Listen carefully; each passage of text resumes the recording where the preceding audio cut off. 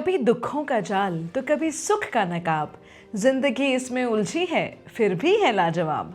नमस्कार, स्वागत है आप सभी का आपके पसंदीदा कार्यक्रम डॉक्टर कंचन नेगी शो में, जिसका उद्देश्य है देश विदेश से विभिन्न क्षेत्रों में उत्कृष्ट कार्य कर रही शख्सियतों और संस्थाओं को आप सभी से रूबरू कराना, विभिन्न पर्यटक स्थलों के साथ साथ इतिहास, विकास, विज्ञान के साथ साथ चर्चित मुद्दों पर जानकारियां साझा करना और साथ ही सरकार की योजनाओं को आम जनता तक पहुंचाना। और आज की इस कड़ी में हम आपको एक दैत्य बाणासुर और उसके किले के बारे में बताने जा रहे हैं, जो उत्तराखंड के लोहाघाट में आज भी स्थित है। दर्शकों, देवनगरी उत्तराखंड में यूं तो लगभग हर जगह घूमने लायक है, क्योंकि ये पूरा का पूरा राज्य ही प्राकृतिक खूबसूरती से सराबोर है। लेकिन आज हम यहाँ आपको उत्तराखंड के एक ऐसे गांव के बारे में बता रहे हैं जो प्राकृतिक सुंदरता के साथ ही द्वापर युग की एक महत्वपूर्ण घटना से भी नाता रखता है। जी हाँ, एक ऐसी जगह जहां भगवान श्री कृष्ण ने अपने पोते को कैद से छुड़ाने के लिए भयानक युद्ध किया था, जिस कारण वहां की मिट्टी आज भी लाल है। हम कुरुक्षेत्र या महाभारत की बात नहीं कर रहे हैं, बल्कि ये जगह है उत्तराखंड का लोहाघाट। यहाँ बहने वाली नदी को लोहावती नदी कहा जाता है, लेकिन मान्यता है कि श्री कृष्ण और बाणासुर के बीच हुए भीषण युद्ध में इतनी मौतें हुई कि नदी का रंग लहू से लाल हो गया, जिस कारण इसे लहूवती नदी कहा जाने लगा था। यही नाम समय के साथ बदलते हुए लोहावती हो गया। इस नदी के एक तरफ राक्षस बाणासुर का किला है, तो दूसरी तरफ उनके वंशजों का गांव। एक ऐसा दैत्य जो भगवान शिव का परम भक्त था और उन्हीं के श्राप से उसकी मृत्यु भी हुई। इस दैत्य को बाणासुर नाम से जाना जाता है।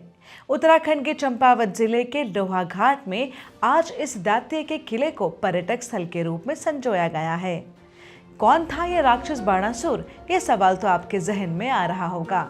बताना चाहूंगी, राक्षस बाणासुर भगवान शिव का अनन्य भक्त था और शिव जी इसे बहुत स्नेह करते थे। इस राक्षस का उल्लेख त्रेता युग और द्वापर युग के धार्मिक ग्रंथों के साथ ही शिव पुराण में साफ साफ मिलता है। रावण की राक्षस सेना में एक महाबलशाली योद्धा के रूप में बाणासुर भी शामिल था, जिसने भगवान राम से युद्ध भी किया।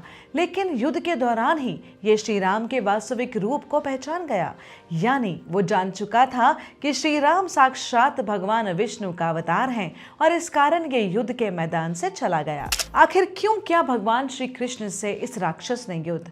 बताना चाहूंगी, त्रेता युग का राक्षस द्वापर युग में भी जीवित था और अपने पूरे परिवार के साथ उत्तराखंड के खूबसूरत पहाड़ों के बीच अपना राज्य चला रहा था।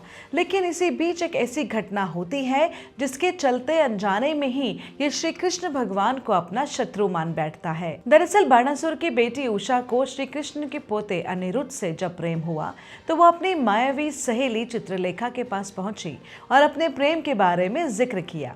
तब चित्रलेखा अपनी शक्तियों के चलते रात में सोते हुए अनिरुद्ध को द्वारका से बाणासुर की बेटी के महल में ले आती है, जो उत्तराखंड स्थित लोहाघाट की एक पहाड़ी पर स्थित था। जब बाणासुर को अनिरुद्ध के बारे में पता चलता है, तो वो अपनी बेटी के प्रेम को स्वीकार नहीं कर पाता और अनिरुद्ध को कैद करके कारागृह यानी जेल में डाल देता है। जब भगवान श्री कृष्ण को इस बारे में पता चलता है, तो वे अपने पोते अनिरुद्ध को कैद से मुक्त कराने के लिए गुजरात स्थित द्वारका से उत्तराखंड स्थित बाणासुर की नगरी में आते हैं। यहाँ उनका बाणासुर से युद्ध होता है। चंपावत जिले के लोहाघाट नगर से लगभग 6 किलोमीटर दूर कर्णकरात नामक स्थान से 1 किलोमीटर ऊपर लगभग 1900 मीटर ऊंची चोटी पर यह स्थित है।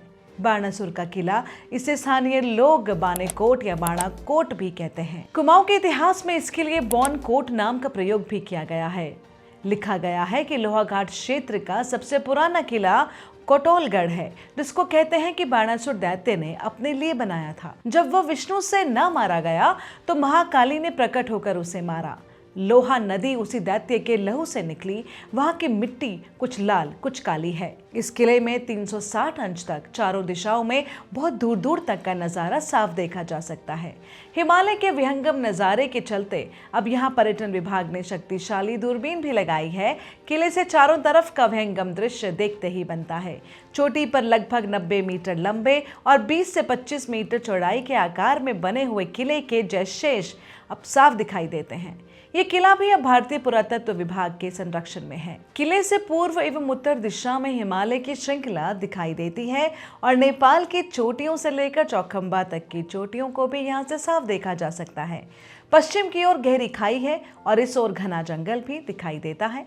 दक्षिण की कर्णकरायत के आसपास की उपजाऊ जमीन इस किले से दिखाई देती है। इस किले के 2 प्रवेश द्वार हैं। लंबाकर बने इस किले के वर्तमान स्वरूप को देखकर यह सहज अनुमान किया जा सकता है कि इस किले का निर्माण कम से कम 3 अलग अलग कालों में हुआ होगा। किले के चारों कोनों पर 4 सुरक्षा बुर्ज बने हुए हैं। चांदपुर गढ़ी की तरह ही बाणासुर के किले में भी दीवारों के बाहर देखने के लिए रोशनदान या प्रकाशित हुए हैं। इन 85 छिद्रों की निचली सतह ढालदार है। संभवतः यह आकार इनके सामरिक उपयोग में मददगार होता होगा। बाणासुर के किले को लेकर अनेक किंवदंतियां हैं। किले में पुरातत्व संरक्षण विभाग द्वारा लगाए एक बोर्ड में इस किले को बाणासुर की पुत्री उषा और कृष्ण के पौत्र प्रद्युमन की विचित्र प्रेम कथा का साक्षी होने की लोक मान्यता का उल्लेख किया गया है। एक अन्य कथा के मुताबिक दानवीर दैत्यराज बलि के 100 प्रतापी पुत्र थे। उनमें सबसे बड़ा बाणासुर था।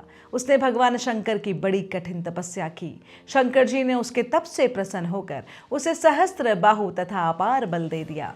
उसके सहस्त्र बाहु और अपार बल के भय से कोई भी उससे युद्ध नहीं करता था। इसी कारण से बाणासुर अति अहंकारी हो गया। बहुत काल व्यतीत जाने के पश्चात भी जब उसने किसी से युद्ध नहीं किया तो एक दिन शंकर भगवान के पास आकर बोला, हे चराचर जगत के ईश्वर, मुझे युद्ध करने की प्रबल इच्छा हो रही है, किंतु कोई भी मुझसे युद्ध नहीं करता, अतः कृपा आप ही मुझसे युद्ध करिए।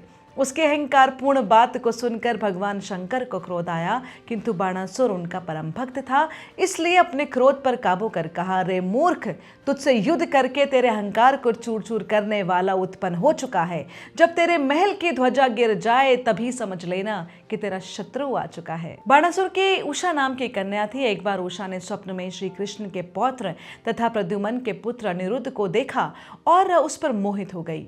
उसने अपने स्वप्न की बात अपनी सखी चित्रलेखा को बताया। चित्रलेखा ने अपने योग बल से अनिरुद्ध का चित्र बनाया और उषा को दिखाया और पूछा कि तुमने इसी को स्वप्न में देखा था। इस पर उषा बोली, हाँ, यही मेरा चित्त चोर है, अब मैं इनके बिना नहीं रह सकती। चित्रलेखा ने द्वारिका जाकर सोते हुए अनिरुद्ध को पलंग सहित उषा के महल में पहुंचा दिया।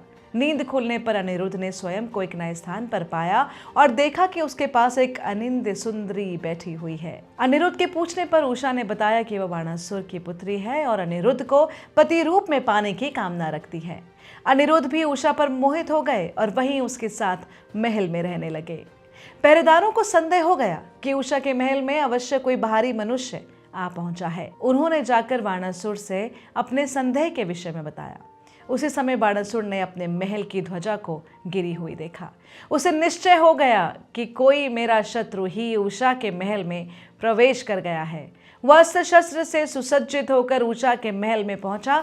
उसने देखा कि उसकी पुत्री उषा के समीप पीतांबर वस्त्र पहने बड़े बड़े नेत्रों वाला एक सांवला सलोना पुरुष बैठा हुआ है। बाणासुर ने क्रोधित होकर अनिरुद्ध को युद्ध के लिए ललकारा। उसकी ललकार सुनकर अनिरुद्ध भी युद्ध के लिए प्रस्तुत हो गए और उन्होंने लोहे के एक भयंकर मुदगर को उठाकर उसी के द्वारा बाणासुर के समस्त अंगरक्षकों को मार डाला।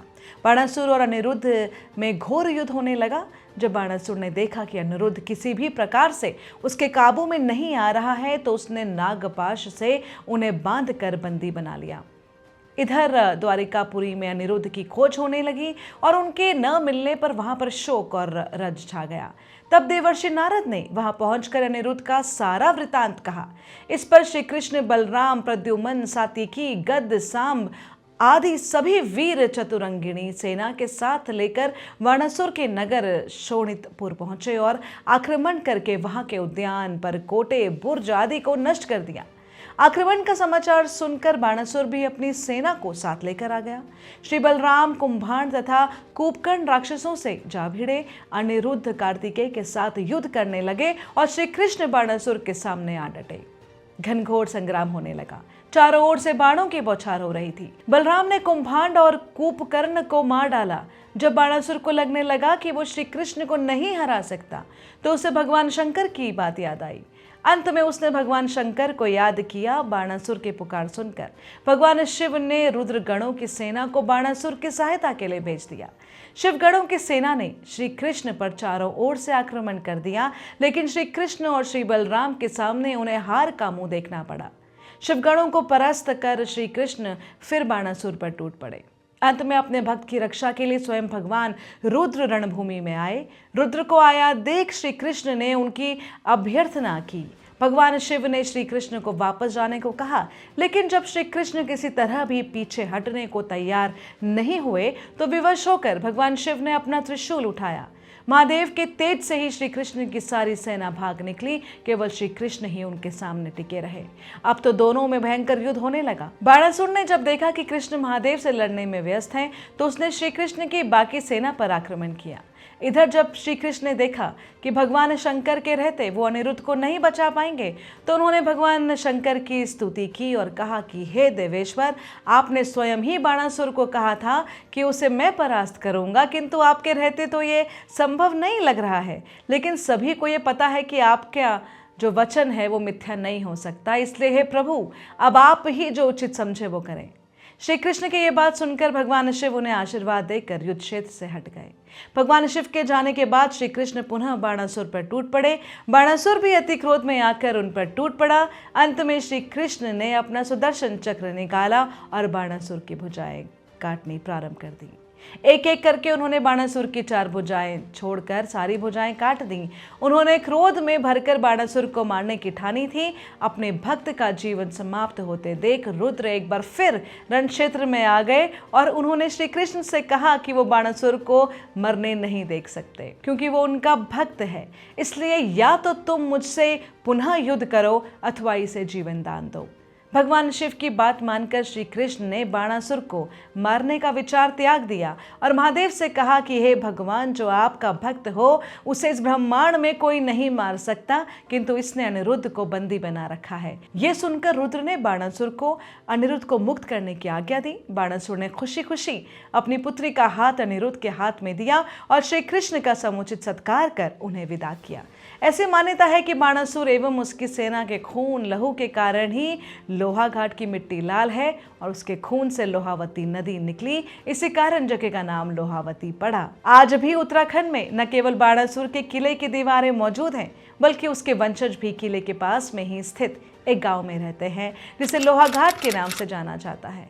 ये सभी लोग बहुत गर्व के साथ इस बात को कहते हैं कि वे बाणासुर के वंशज हैं और उसे अपने पूर्वज के रूप में पूजते भी हैं। बाणासुर के वंशजों का कहना है कि वो राक्षस थे तो क्या हुआ, अनन्य शिव भक्त भी तो थे, जिन्हें भगवान शिव बहुत प्रेम करते थे और अपना पुत्र मानते थे। आपको बता दें कि जिस पहाड़ी पर बाणासुर का किला स्थित है, उससे कैलाश पर्वत के भी दर्शन होते हैं। आपको एक बात क्लियर कर दें कि बाणासुर के किले की दीवारें हैं, लेकिन इन पर छत नहीं है। मान्यता है कि चंद्रवंशी राजाओं ने कई बार इस किले पर छत बनाने का प्रयास किया, लेकिन क्योंकि इस किले की छत युद्ध के दौरान स्वयं भगवान श्री कृष्ण ने गिराई थी, इसलिए उसके बाद कभी भी इस किले पर छत टिक नहीं पाई। लोहाघाट कैसे पहुंचे, ये प्रश्न आपके मस्तिष्क में आ रहा होगा, तो बताना चाहूंगी। लोहाघाट उत्तराखंड के चंपावत जिले में स्थित है। यहाँ आप प्राकृतिक खूबसूरती को एंजॉय करते हुए सड़क मार्ग से पहुंच सकते हैं। प्राइवेट टैक्सी करके जाना ज़्यादा अच्छा रहेगा, ताकि आपका समय ड्राइविंग पर फोकस करने की जगह हरियाली, सुंदर वादियों और आसमानी नज़ारों को एंजॉय करने में व्यतीत हो। अंत में कहना चाहूंगी दर्शकों, रात नहीं ख्वाब बदलता है, मंजिल नहीं कारवां बदलता है। जज्बा रखो जीतने का, क्योंकि किस्मत बदले ना बदले पर वक्त ज़रूर बदलता है। और इन्हीं पंक्तियों के साथ और इस उम्मीद के साथ कि आपको डॉक्टर कंचन नेगी शो का ये एपिसोड भी बेहद पसंद आया होगा, और इस उम्मीद के साथ कि जल्द आपसे अगले शनिवार रात 9 बजे मुलाकात होगी उत्तराखंड हेरिटेज मीडिया पर। आप फिलहाल हमारी टीम को और मुझे यानी डॉक्टर कंचन नेगी को दीजिए इजाजत। नमस्कार।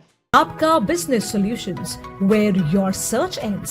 One-stop solution for branding and promotions, training and development, event management, website designing, photo shoot and ad films, short films and documentaries, print and social media, books, pamphlets, posters and banners, coffee table book designing and printing, research and development.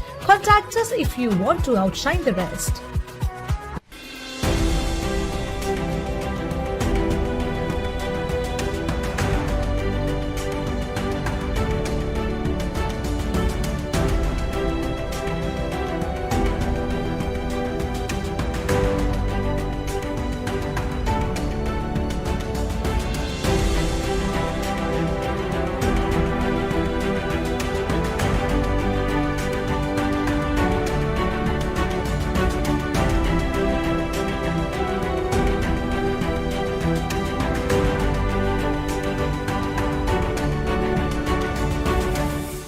Uttarakhand heritage media, Uttarakhand का प्रख्यात social media platform और media house. जुड़ने के लिए YouTube channel को subscribe करें।